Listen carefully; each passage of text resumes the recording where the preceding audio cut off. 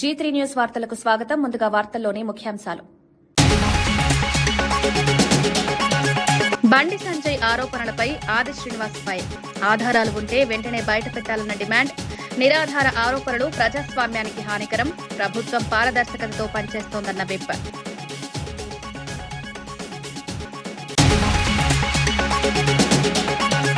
Oil form సాగుపై మంత్రి తుమ్మల సూచనలు. అంతర పంటలతో అదనపు ఆదాయం సాధ్యమన్న మంత్రి. ప్రతి జిల్లాలో ఫ్యాక్టరీల నిర్మాణం హామీ. గిట్టుబాటు ధరలతో రైతులకు భరోసా.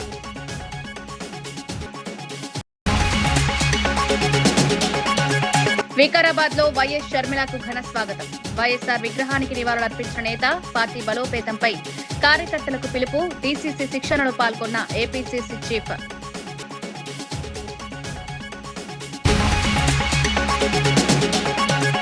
తిరుమలలో ఇంటిగ్రేటెడ్ కమాండ్ కేంద్రం ప్రారంభం.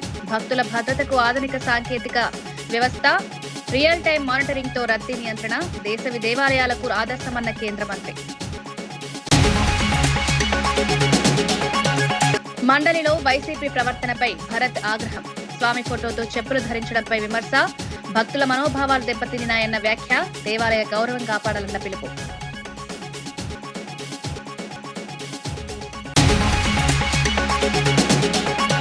రాష్ట్ర మంత్రులు అవినీతికి పాల్పడుతున్నారని కేంద్ర మంత్రి బండి సంజయ్ చేసిన వ్యాఖ్యలను ప్రభుత్వ విప్ ఆది శ్రీనివాస్ తీవ్రంగా ఖండించారు. బాధ్యతాయుతమైన పదవిలో ఉన్న వ్యక్తి నిరాధార ఆరోపణలు చేయడం తగదన్నారు. మంత్రుల అవినీతిపై తన వద్ద ఉన్న ఆడియోలు ఆధారాలు ఉన్నాయని బండి సంజయ్ చెబుతున్నారు. అవి నిజమైతే వెంటనే ప్రజల ముందుకు తీసుకురావాలని డిమాండ్ చేశారు. కేవలం రాజకీయ లాభం కోసం ఆరోపణలు చేయడం ప్రజాస్వామ్యానికి మంచిది కాదని పేర్కొన్నారు. గత ప్రభుత్వం చేసిన అప్పులు, అవినీతి అంశాలపై విచారణకు ప్రభుత్వం సిద్ధంగా ఉందని, ఆ విషయంలో బీజేపీ ఎందుకు మౌనం పాటిస్తోందని ప్రశ్నించారు. ఆధారాలు లేకుండా మంత్రుల ప్రతిష్టను దెబ్బతీయాలనే ప్రయత్నాలు సరికాదన్నారు. రాజకీయ చర్చలు వాస్తవాల ఆధారంగా ఉండాలని, ప్రజల్లో అపోహలు రేకెత్తించే విధంగా మాట్లాడకూడదని హితవు పలికారు. ప్రభుత్వం పారదర్శకతతో పనిచేస్తోందని స్పష్టం చేశారు.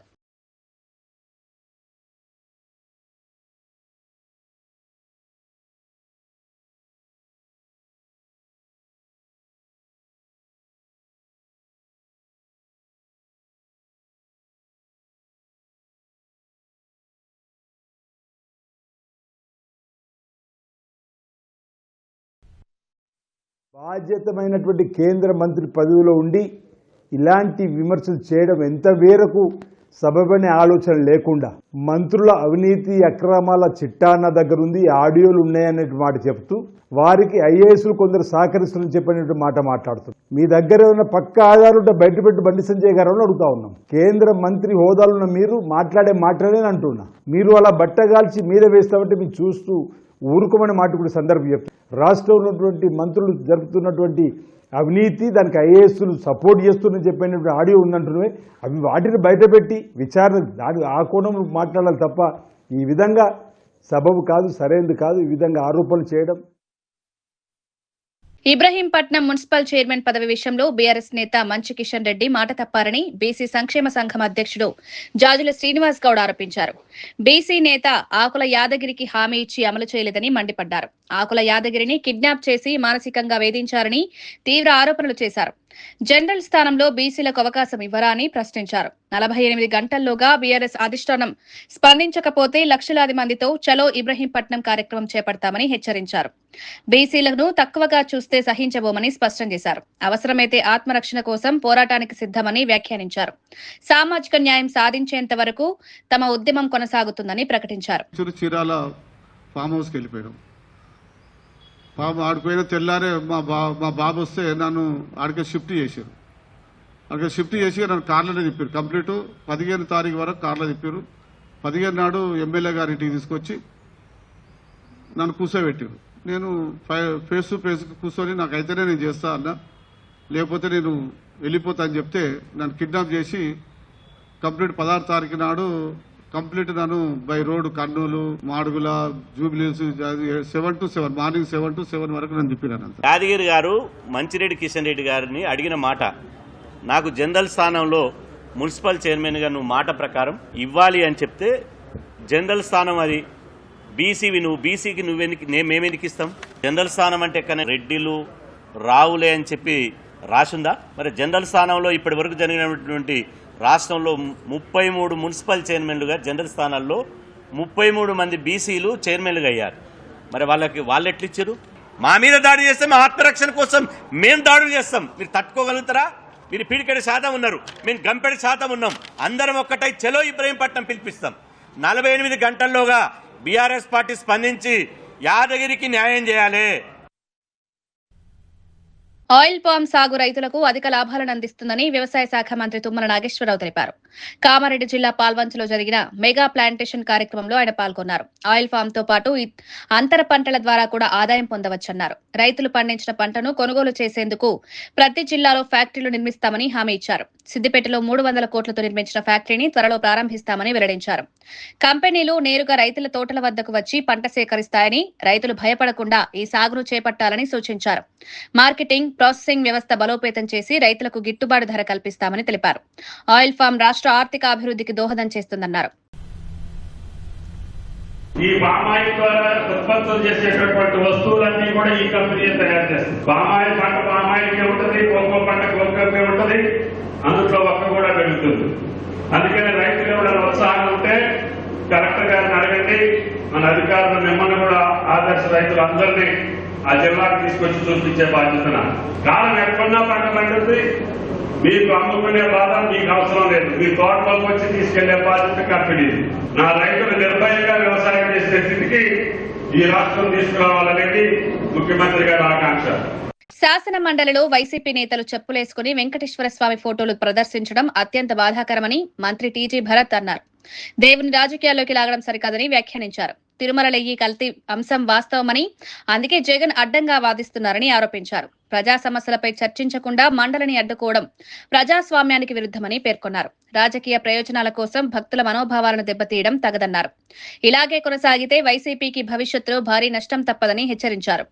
దేవాలయాల పవిత్రతను జరిగినది వాస్తవం, అది జరగలే అని చెప్పి వాళ్ళు ఏదో ట్రై చేస్తానే ఉన్నారు. ప్రతిసారి వాళ్ళకి సెట్ బ్యాక్ అవుతాం. నేను ఎప్పుడు చెప్తా, దేవునితో అది వెంకటేశ్వర స్వామితో పెట్టుకుంటే ఎవ్వరు కూడా బతికిన వాళ్ళు లేరండి. ఇది వాస్తవం. జగన్మోహన్ రెడ్డి వచ్చి తప్పైందని చెప్పి తిరుమలకి పోయి తప్పైంది మా పీరియడ్ లో చెప్పుకుంటే అక్కడికి అయిపోయేది సబ్జెక్టు. ఆయన చేసే విధానం ఎట్లుందంటే ఖచ్చితంగా ఆయన ఇన్వాల్వ్మెంట్ ఉందనేదే మాత్రం నేను ఖచ్చితంగా చెప్పగలుగుతాను. ఎందుకంటే దీన్ని అంత డిఫెన్స్ లో పోవడం అంటే ఎవరైనా తీసుకోండి, ఏదైనా సబ్జెక్ట్ తప్పు చేసిన వాళ్ళకి ఒకవేళ సబ్జెక్ట్ ఎక్కువ మాట్లాడుతున్నారంటే వాళ్ళు డిఫెన్స్ లో పోయినారనేదే, దాన్ని కాపాడుకుంటున్నారంటే సబ్జెక్టు వాళ్ళ ఇన్వాల్వ్మెంట్ ఉంటుందనే భావించవచ్చు. సో ఖచ్చితంగా నిన్న జరిగిండే చాలా చాలా చాలా బాధాకరం అండి. చెప్పులు వేసుకొని వెంకటేశ్వర స్వామిది పట్టాలు తీసుకొని కౌన్సిల్లో రావడము, లాస్ట్ 4 days నుంచి కౌన్సిల్ని జరగకపోవడము, అసలు ఎన్ని సబ్జెక్ట్స్ ఇంపార్టెంట్ సబ్జెక్ట్స్ ఉన్నాయండి. ఖచ్చితంగా దేవుడు శిక్ష ఇస్తాడు వీళ్ళకి. ఇప్పటికన్నా వాళ్ళకి బుద్ధి తేవాలా దేవుణ్ణి ప్రార్థించున్నాము. దేవుడు 2 నామాలు పెట్టారు మన 2024లో. ఇట్లే కంటిన్యూ అయితే సింగిల్ డిజిట్కి అవుతారు. స్వామి వారి పటాలను తీసుకెళ్లి వాటిని ఉపయోగించిన తర్వాత ఎక్కడ పడితే అక్కడ పడేయడం అనేది, అంటే మీ రాజకీయం కోసం దేవుణ్ణి వాడుకుంటారా? ఇప్పటి వరకు చరిత్రలో ఎప్పుడు ఇలాంటివి జరగలేదు. కానీ జగన్మోహన్ రెడ్డి గారు అత్యంత నీచంగా వాళ్ళు ఎటువంటి కార్యక్రమాలకైనా చేయడానికి సిద్ధంగా ఉన్నామని చెప్పడానికే నిన్నటి ఇది నిదర్శనం అని చెప్పి ఈ సందర్భంగా తెలియజేసుకుంటారు. కాలికి చెప్పులు, బూట్లు వేసుకుని స్వామివారి చిత్రపటంతో ర్యాలీ నిర్వహించిన వారు వెంటనే క్షమాపణ చెప్పాలని టీటీడీ బోర్డు సభ్యుడు భానుప్రకాష్ రెడ్డి డిమాండ్ చేశారు. భక్తుల మనోభావాలను దెబ్బతీసే విధంగా ప్రవర్తించడం సరికాదన్నారు. తిరుమల పవిత్రతను కాపాడడం ప్రతి ఒక్కరి బాధ్యత అని పేర్కొన్నారు. దేవుడి పేరుతో రాజకీయ లాభాలు పొందాలనే ప్రయత్నాలు చేయకూడదన్నారు. ఇలాంటి చర్యలు పునరావృతం కాకుండా జాగ్రత్తలు తీసుకోవాలని సూచించారు. భక్తుల విశ్వాసాన్ని దెబ్బతీసే చర్యలపై కఠినంగా స్పందిస్తామని హెచ్చరించారు. దేవాలయాల గౌరవాన్ని పరీక్షించేందుకు అన్ని వర్గాలు కలిసి పనిచేయాలని పిలుపునిచ్చారు. లక్షలాది మంది హిందువుల మనోభావాలతో నిన్న శాసన మండలిలో వారు వివరించిన తీరు, కాళ్లకు చెప్పులతో స్వామివారి చిత్రపటాన్ని రోడ్లు మీద నడుచుకుంటూ వెళ్లి శాసన మండలిలో ప్రదర్శించడం ఎంతవరకు సమంజసమని చెప్పి నేను వైసీపీ నాయకుల్ని ప్రశ్నిస్తున్నా. మీరు వెంకటేశ్వర స్వామి భక్తుల, యేసు భక్తుల సమానం చెప్పాల్సిన బాధ్యత మీ మీద ఉంది. వెంకటేశ్వర స్వామి భక్తులైతే ఈ విధంగా వ్యవహరించేవారు కాదు. స్వామివారి లడ్డుని కల్తీ చేశారు. 2019 నుంచి 24 వరకు హిందూ దేవాలయాలపై దాడులు చేశారు.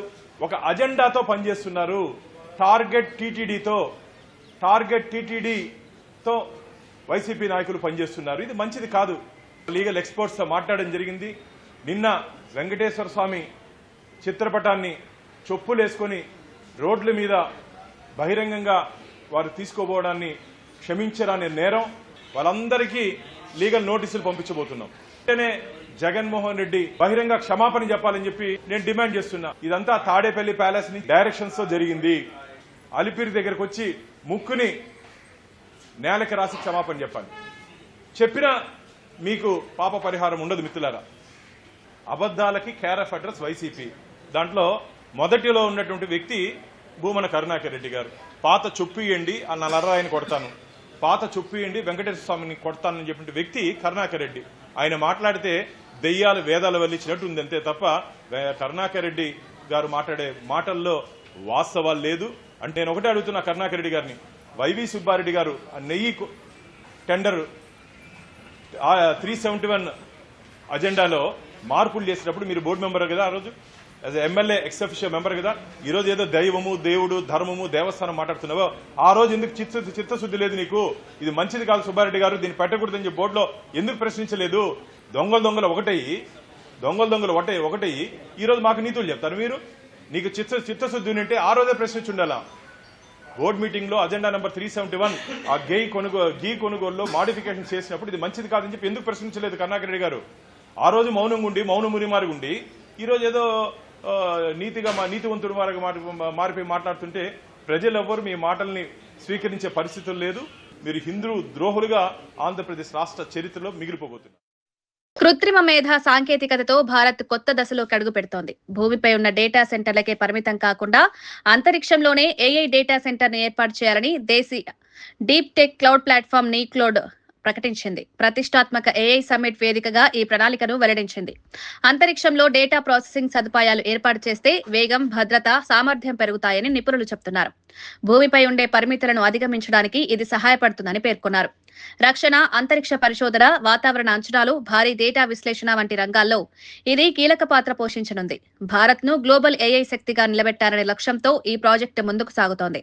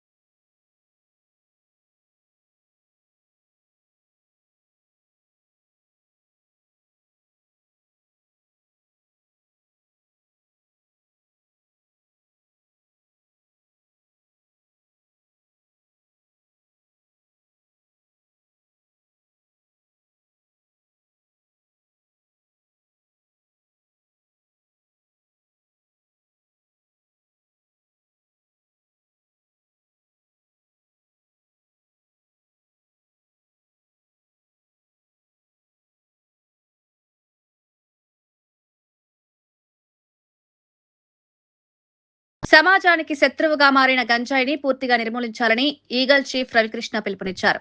రాష్ట్ర ప్రభుత్వం వివిధ శాఖల సహకారంతో డ్రగ్స్ వ్యతిరేక పోరాటాన్ని బలోపేతం చేస్తున్నట్లు తెలిపారు. యువతను మత్తు పదార్థాల బారిన పడకుండా కాపాడడం ప్రధాన లక్ష్యమన్నారు. గంజాయి సాగు, రవాణా, విక్రయాలపై కఠిన చర్యలు తీసుకుంటున్నామని వెల్లడించారు. అవగాహన కార్యక్రమాలు, దాడులు, ప్రత్యేక నిఘా చర్యలు చేపడుతున్నట్లు చెప్పారు. కుటుంబాలు, విద్యా సంస్థలు, స్వచ్ఛంద సంస్థలు కలిసి పనిచేస్తేనే మత్తు వ్యవసాయాన్ని అరికట్టగలమన్నారు.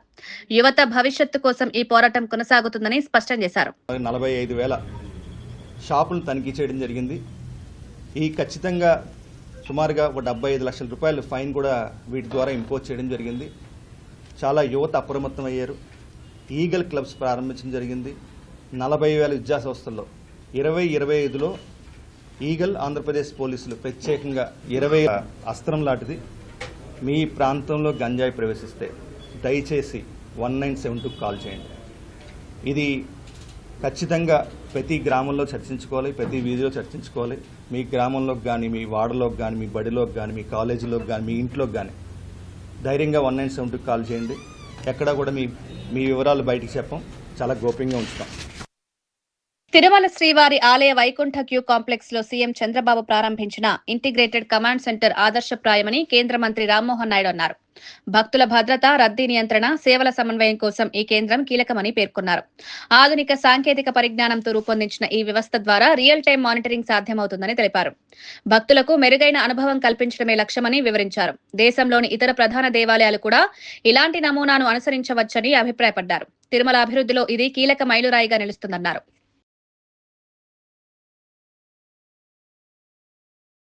మొన్ననే రాష్ట్ర ముఖ్యమంత్రి వర్యులు చంద్రబాబు నాయుడు గారి చేతుల మీదుగా లాంచ్ అయినటువంటి ఇంటిగ్రేటెడ్ కమాండ్ కంట్రోల్ సెంటర్ ఏదైతే కొత్తగా ఇక్కడ ఎస్టాబ్లిష్ చేశారో దాన్ని కూడా మేము పర్యవేక్షించడం జరిగింది. మేము కూడా మినిస్ట్రీ ఆఫ్ సివిల్ ఏవియేషన్లో ఒక కమాండ్ సెంటర్ ఏర్పాటు చేయాలని ఎంతో కాలం నుంచి మేము కూడా ఒక ప్రయత్నం చేస్తున్నాం. మాకు కూడా ఈరోజు చాలా ఉపయోగపడే విధంగా బ్రహ్మాండంగా ఈరోజు ఇక్కడ కమాండ్ కంట్రోల్ సెంటర్ చేశారు. దానికి టీటీడీ వారికి హృదయపూర్వకమైనటువంటి అభినందనలు తెలియజేస్తున్నాం. ఎందుకనంటే అలాంటి కమాండ్ కంట్రోల్ సెంటర్ ఏర్పాటు చేయాలనంటే కొన్ని సంవత్సరాలు పడుతుంది. కానీ భక్తులు కలిసి, ఎన్ఆర్ఐస్ కొంతమంది అందరూ కలిసి ఇక్కడ ఉన్నటువంటి పరిస్థితులు గమనించి ఈరోజు ఉండే టెక్నాలజీని, ముఖ్యంగా ఏఐని వాడుకొని భక్తులందరికీ కూడా తక్కువ సమయంలో మంచి ఫెసిలిటీస్తో స్వామివారి దర్శనం చేసుకునే విధంగా, ఇబ్బంది లేకుండా చేసుకునే విధంగా ఈ యొక్క కమాండ్ కంట్రోల్ సెంటర్ ఏర్పాటు చేయడం అనేది చాలా గొప్ప ఎడిషన్ మన తిరుమల తిరుపతి దేవస్థానంకి. మేము కూడా ప్రత్యేకంగా ఈ యొక్క మోడల్ స్టడీ చేస్తాం. ఏ టీమ్స్ అయితే దీని మీద వర్క్ చేసాయో వాళ్ళతో కూడా ఇంటరాక్ట్ అయ్యి ప్రధానమంత్రి నరేంద్ర మోదీ గారి తాలూకు ఆధ్వర్యంలో fastest growing sector in the country ఈరోజు సివిల్ ఏవియేషన్ ఉంది. అలాగే భవిష్యత్తులో మరొక 20 సంవత్సరాలు కూడా ప్రతి సంవత్సరం 10% గ్రోత్ రేట్తో ఈ యొక్క సెక్టర్ ముందుకు నడవబోతుంది. ఈరోజు ఒక గొప్ప లెర్నింగ్ మాకు ఇక్కడ కమాండ్ కంట్రోల్ సెంటర్ది. అలాగే ఈరోజు ప్రత్యేకంగా ఈ యొక్క దర్శనం కూడా చాలా చక్కగా చేసినందుకు మన వెంకయ్య గారికి కూడా ప్రత్యేక ధన్యవాదాలు తెలియజేస్తున్నాం. చంచల్గూడ జైల్లో ఉగ్రకుట్ర జరుగుతోందన్న వార్తలు వదంతులేనని జైళ్ల శాఖ డీఐజీ శ్రీనివాస్ స్పష్టం చేశారు. జైల్లో లష్కరే తోయిబా ఖైదీ జాహిద్ ఒక్కడే ఉన్నాడని తెలిపారు. అతనిపై కఠిన నిఘా కొనసాగుతుందని పేర్కొన్నారు. నిర్ధారణ లేని వార్తలను ప్రసారం చేయవద్దని మీడియాను కోరారు. జైలు భద్రతపై ఎటువంటి ఆందోళన అవసరం లేదన్నారు. అన్ని భద్రతా చర్యలు కట్టుదిట్టంగా అమల్లో ఉన్నాయని వివరించారు. జాతీయ భద్రతా అంశాల్లో అపోహలు రేకెత్తించే సమాచారాన్ని జాగ్రత్తగా చూడాలని సూచించారు. వదంతులన్నీ కూడా సర్క్యులేట్ చేస్తున్నారు. దానికి సంబంధించి రీసెర్చ్ డిపార్ట్మెంట్ తెలంగాణ తరఫున నేను చెప్పదలుచుకున్నది ఒకటే, ఇట్లాంటి నేషనల్ సెక్యూరిటీకి సంబంధించినటువంటి ఇష్యూలలో ఏదైనా టెలికాస్ట్ చేసే ముందు వాటి యొక్క అథెంటిసిటీ, అంటే ఆ ఇచ్చినటువంటి ఇన్ఫర్మేషన్ కరెక్టేనా కాదా అన్నది, వచ్చిన సోర్సు కరెక్టే అన్నది ఒకసారి వెరిఫై చేసుకున్న తర్వాత టెలికాస్ట్ కానీ స్క్రోలింగ్లు కానీ పెడితే బాగుంటుందని చెప్పి నేను తెలియజేస్తున్నాను. ఇట్లాంటి పుకార్లు కానీ నమ్మశక్యం కాని విషయాలు బాధ్యతాయుతమైనటువంటి ఛానళ్లలో వచ్చినట్టయితే ప్రజలందరూ కూడా ఒక భయభ్రాంతులకు గురై ఏదో జరగబోతుందన్నటువంటి దాంట్లో ఉండే అవకాశం ఉంది. దాన్ని దూరం చేయడానికే ఈరోజు సడన్గా ప్రెస్ మీట్ అన్నది మీ అందరినీ కూడా పిలవడం జరిగింది. ఇందుకు సంబంధించి నేను చెప్పదలుచుకున్నది ఏంటంటే, చంచల్గూడ జైలు నుండి మీరు చెప్పినట్టు లష్కరే తోయిబా కానీ అట్లాంటి ఉగ్రవాదులు ఓన్లీ ఒకరే ఒకరు ఉన్నారు. ఆ జాహిద్ అనే వ్యక్తి ఒకరే ఉన్నారు. వారు ములాఖాతులు కూడా వారి భార్య తప్ప మిగతా ఎవరు కూడా రారు. వచ్చినా కానీ అత్యంత సర్వేలెన్స్లో ఇవన్నీ కూడా రికార్డ్ చేయడం. వికారాబాద్ లో డీసీసీల శిక్షణ కార్యక్రమానికి వెళ్తున్న ఏపీసీసీ చీఫ్ వైఎస్ షర్మిలకు చేవెళ్ల వద్ద ఘన స్వాగతం లభించింది. స్థానిక ఎమ్మెల్యే కాళ యాదయ్య ఆమెను ఆహ్వానించారు. మహానేత వైఎస్ రాజశేఖర రెడ్డి విగ్రహానికి పూలమాల వేసి నివాళులర్పించారు. పార్టీ బలోపేతం, క్యాడర్ శక్తివంతం చేయడంపై ఆమె దృష్టి సారించారు.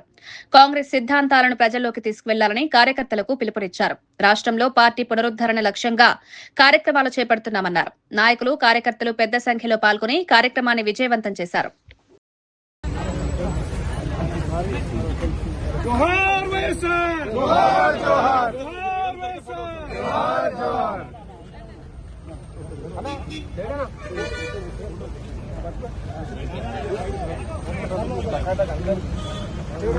అన్న శ్రీకాంత్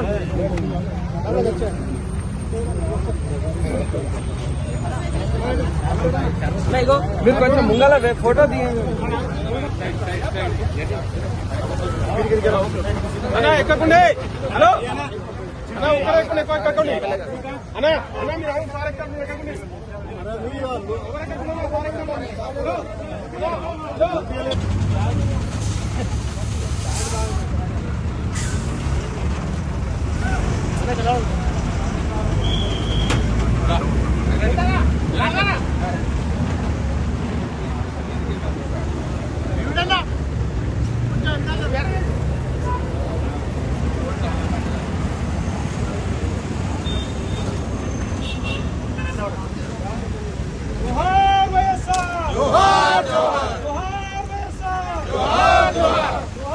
వార్తలు ముగించే ముందు ముఖ్యాంశాలు మరోసారి.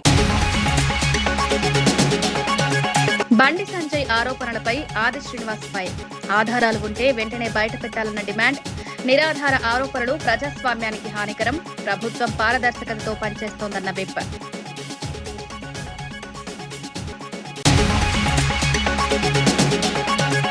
ఆయిల్ పామ్ సాగుపై మంత్రి తుమ్మల సూచనలు. అంతర పంటలతో అదనపు ఆదాయం సాధ్యమన్న మంత్రి. ప్రతి జిల్లాలో ఫ్యాక్టరీల నిర్మాణం హామీ. గిట్టుబాటు ధరలతో రైతులకు భరోసా.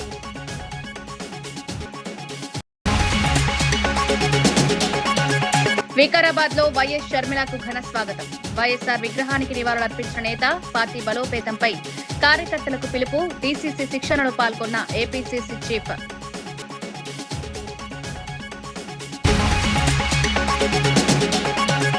తిరుమలలో ఇంటిగ్రేటెడ్ కమాండ్ కేంద్రం ప్రారంభం. భక్తుల భద్రతకు ఆధునిక సాంకేతిక వ్యవస్థ, రియల్ టైం మానిటరింగ్ తో రద్దీ నియంత్రణ.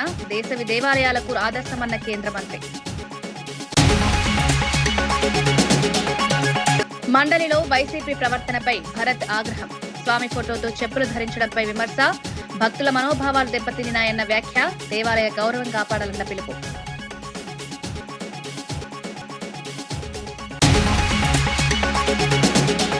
ఇవి ఈనాటి వార్తా విశేషాలు. మరో బులెటిన్లో మళ్ళీ కలుద్దాం. నమస్కారం.